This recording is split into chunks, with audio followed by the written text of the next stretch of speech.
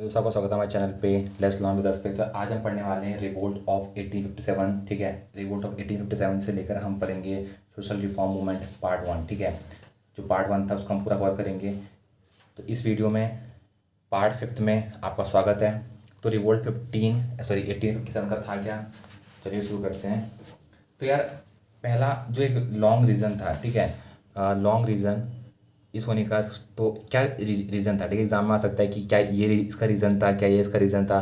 तो पता होना चाहिए आपको। पहला था कि जो पॉलिटिकल एक्सप्लॉयटेशन था, कैसे आपको पता होगा कि बहुत सारे जो राज वाला, ठीक है, डॉक्ट्रिन लैब्स ऑफ डॉक्ट्रिन, ठीक है, डॉक्ट्रिन ऑफ लैब्स जो एक ब्रिटिशर्स लेके आए थे, उसकी वजह से भी रिवोल्ट में बहुत ज़्यादा देखने को मिला। ठीक है, पॉलिटिकल एक्सप्लॉयटेशन के अंदर आ जाएगा।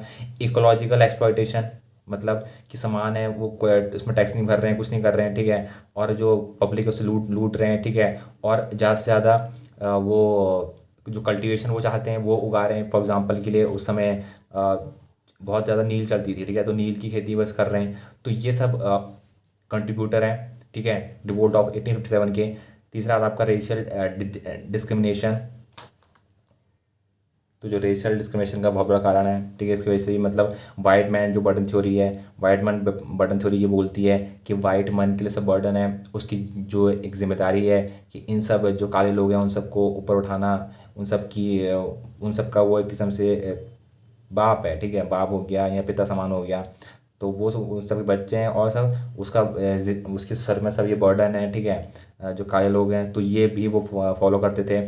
और जैसे कि मैंने आपको बताया डॉक्टर ऑफ लैब्स तो ही था, ठीक है। जो एनेक्सेशन और जो अवध था वो बेसिकली इसी चीज़ पे बेस्ड था। बल्कि जो अवध था उसने पूरा सपोर्ट किया था बहुत ज़्यादा ब्रिटिशर्स को। एंड जब भी कोई लड़ाई होती थी तो वहाँ से सैनिक बहुत ज़्यादा जाते थे, लेकिन फिर भी उनने अवध को नहीं छोड़ा, ठीक है। तो ये किसने किया था, लॉर्ड जो डलहौजी था उसने किया था। तो उसकी वजह से इसको फिर बाद में निकाल भी दिया गया था, ठीक है। लेकिन इससे एक बहुत ज़्यादा लोगों में आक्रोश फैल गया, ठीक है। तो बिगनिंग कैसे हुई, जो मंगल पांडे है 74 नेटिव इन्फेंट्री का जो पर्सन था फायर्ड हिज सुपीरियर, ठीक है। तो इसने अपने जो सुपीरियर्स थे उन पर फायर करना शुरू कर दिया। मेजर इवेंट क्या हुआ, दिल्ली जो लीडर था बख्त खान, ठीक है, बख्त खान, उसने वहाँ पर रिवोल्ट कर दिया। कानपुर में जो नाना साहेब है, ठीक है, दो मेन सपोर्टर्स थे इसके, तगिया तोप और अजीमुल्ला, ठीक है। ये तो यहाँ पर इन लोगों ने भी रिवोल्ट किया। यहाँ पर जो कॉलिन है कैम्पबेल डिफीटेड नाना साहेब, लेकिन जो कॉलिन कैम्पबेल था उसने नाना साहेब को हरा दिया। तात्या तोपे एक्सपर्ट था गुरिल्ला वॉरफेयर में, उसने जो कोऑर्डिनेशन अटैक किया, ठीक है, अटैक किया उसने राजपूताना में, मालवा में एमपी में, पंचमहल में गुजरात में, और बंसवाड़ा में राजस्थान में, ठीक है। तो इतने जगह उसने अटैक किया, उसकी वजह से ब्रिटिशर्स थोड़ा हिल गए, ठीक है। चौथा पॉइंट क्या था कि जो बिहार में जो कुंवर सिंह थे जमींदार ऑफ अर्रा, ठीक है, वहाँ पर भी बात बिगड़ गई। और असद ए भगवत ए हिंद, ठीक है, बाय सर सैयद अहमद खान, ठीक है। तो यहाँ पर भी रिवोल्ट हुआ, फाउंडेड अलीगढ़ जो, तो जो ये भी याद रखना है आपको, ठीक है, कि जो सर सैयद अहमद खान है उनने ही फाउंड की थी अलीगढ़ मुस्लिम यूनिवर्सिटी, ठीक है। तो याद रखना, सर सैयद अहमद खान ने फाउंड की थी अलीगढ़ मुस्लिम यूनिवर्सिटी, ठीक है। तो बहुत इंपॉर्टेंट है। और इन्होंने ही डिस्क्राइब किया था जो रिवोल्ट जो हुआ था 1857 का, अपने असब ए भगवत ए हिंद के अंदर इसको एक्सप्लेन किया था, ठीक है। तो यार यहाँ पर हमारा खत्म होता है रिवोल्ट 1857। अब हम शुरू करते हैं अपना social reform movement part one, ठीक है। तो इसमें क्या होता है कि पहला जो रिफॉर्म होता है ये पॉजिटिव चेंज के लिए होता है सोसाइटी के अंदर। दूसरा होता है इसमें रिवाइवल, मतलब तो सोशल रिफॉर्म मूवमेंट क्या थे, मतलब हम जो सोशली जो रिफॉर्म मूवमेंट है, ठीक है। तो आप जैसे कि मैं डिटेल में सब कुछ बता रखा है, तो आप वहाँ जाके वीडियो चेक करिए, ठीक है, वहाँ पर आपको डिटेल एक्सप्लेनेशन मिल जाएगी। ये एक सिर्फ और सिर्फ रिवीजन वीडियो है, तो यहाँ पर हम जो रिवीजन के रिलेटेड टॉपिक्स हमको करेंगे उस तरीके से हम उसको टॉपिक कवर करेंगे, ठीक है। तो यहाँ पर रिवाइवल होता है ओल्ड कस्टम को दोबारा लाना, ठीक है। हिंदू रिफॉर्म मूवमेंट्स यहाँ पर शुरू होते हैं, मतलब जो ब्रह्मो समाज है सोसाइटी ऑफ गॉड, तो ये इस्टेब्लिश किया जाता है राजा राम मोहन रॉय के द्वारा, ठीक है, जो कि बॉर्न हुए थे बंगाल में। इंपॉर्टेंट है, पता होना चाहिए आपको कि कहाँ पर बॉर्न हुए थे। और इनको फादर ऑफ इंडियन नेशनलिज्म भी बोला जाता है, ठीक है। सॉरी, रविन्द्रनाथ टैगोर को, ठीक है, बोला जाता है आपका फादर ऑफ नेशनलिज्म, ठीक है। तो अब 1850 के अंदर जो आमित्य सभा है, ठीक है, वो स्टैब्लिश की जाती है। 1821 1921 के अंदर स्टार्ट बंगाली वीकली न्यूज़पेपर शुरू किया जाता है ब्रह्मो समाज के द्वारा। इसमें जो संवाद कामुंडी, ठीक है, मून ऑफ इंटेलिजेंस, ये पहला न्यूज़पेपर पब्लिश किया जाता है ब्रह्मो समाज के द्वारा, plus edited plus manage by Indians, ठीक है, जो पब्लिश्ड है, एडिड है और मैनेज्ड है इनके द्वारा। 1822 के अंदर वीकली एक रिलीज़ किया जाता है, इसका नाम था मिरात उल अकबर, ठीक है, मिरर ऑफ इंटेलिजेंस करके रिलीज़ किया जाता है। ठीक है, तो आपको याद रखना है कि वीकली अलग चीज़ थी, वो मिरात उल अकबर था जो मिरर बोलता है इंटेलिजेंस का, लेकिन संवाद काउड़ी, ठीक है, ये मून ऑफ इंटेलिजेंस है। मून और मिरर में अंतर होता है, याद रखना, ठीक है। और ये पहला न्यूज़पेपर जो पब्लिश हुआ था edited plus manage by Indians. पहला अगर जो एग्जाम में आता है कि पहला न्यूज़पेपर कौन सा पब्लिश हुआ था जो कि मैनेज और एडिटेड जो किया जाता था इंडियन के द्वारा, तो वो था आपका संवाद कामुड़ी, ठीक है, याद रखना। अब आता है आपका फिलॉसफी के अंदर क्या होता है कि fusion of west plus India, जो फ्यूज़न है वेस्ट और इंडिया का, कि बेस्ट ऑफ बोथ, दोनों का बेस्ट लिया जाता है इसमें। दूसरा क्या है, हिंदू कॉलेज जो 1870 के अंदर बना था विद डेविड हैरे, ठीक है, RMR। तो लेटर इसको जो इसका नाम था वो रिमूव करके इसका नाम रख दिया गया था आपका प्रेसिडेंसी कॉलेज। हिंदू कॉलेज का नाम क्या रखा था, प्रेसिडेंसी कॉलेज का नाम इसको रख दिया गया था बाद में। It only want to reform not to start a new religion, ठीक है, यहाँ पर ये रिफॉर्म करने की कोशिश की गई थी, ठीक है। इसमें जो इंडियन जो वेस्ट है और जो इंडिया का बेस्ट, जो भी बेस्ट है, ठीक है, तो वो लेने की कोशिश करके उसको अडॉप्ट करने की कोशिश की गई थी, ठीक है। लेकिन कितना चला कितना नहीं चला वो आपको पता है, ठीक है। आज समय पे रिफॉर्म क्या हुआ था कि जो सती है सिस्टम एंड हो गया था 1929 के अंदर, तो बहुत बड़ा रिफॉर्म था, क्योंकि उस समय सती प्रैक्टिस, उस समय जो दबदबा था, ठीक है, वो ज़्यादातर ऑर्थोडॉक्स हिंदू का था, जो कि बिलीव करते थे कि सती सिस्टम बिल्कुल सही है, ठीक है। बट उस समय ब्रह्म समाज ने मिलकर, ठीक है, जो बुराई थी समाज के अंदर उसको मिटाने में बहुत बहुत अहम योगदान दिया, ठीक है। तो एम्फेसाइज इनका किस चीज़ पे था ब्रह्म समाज का, वो था कि आपका स्पिरिचुअलिटी बेस्ड ऑन उपनिषद। अगर कोई भी स्पिरिचुअलिटी है, ठीक है, अगर कोई भी अध्यात्म है तो वो बेस्ड होगा सिर्फ और सिर्फ उपनिषद पर है, ठीक है। But Arya Samaj don't believe पुराना और मनुस्मृति, ठीक है, लेकिन जो आर्य समाज थे वो बिलीव नहीं करते थे पुराना और मनुस्मृति पे, लेकिन आर्य समाज बिल्कुल बिलीव करते थे उपनिषद पे। तो कह सकते हैं कि बेस जितने भी आर्य समाज थे, ठीक है, या फिर ब्रह्म समाज थे, ये इनका बेस जो था ना वो उपनिषद थे।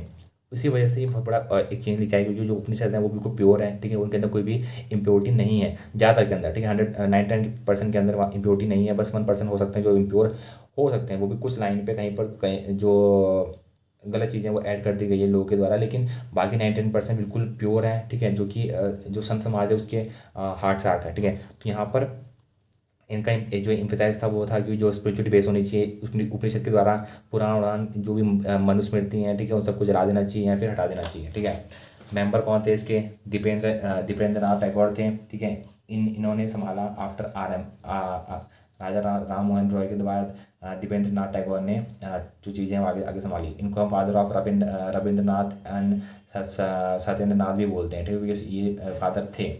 और इनने फाउंडेड किया था शांति निकेतन, ठीक है, जिसको हम लेटर बाद में हमने बोला विश्व भारती यूनिवर्सिटी, ठीक है, जो कि अब बोला जाता है विश्व भारती यूनिवर्सिटी, लेकिन उस समय बोला जाता था शांति निकेतन, ठीक है।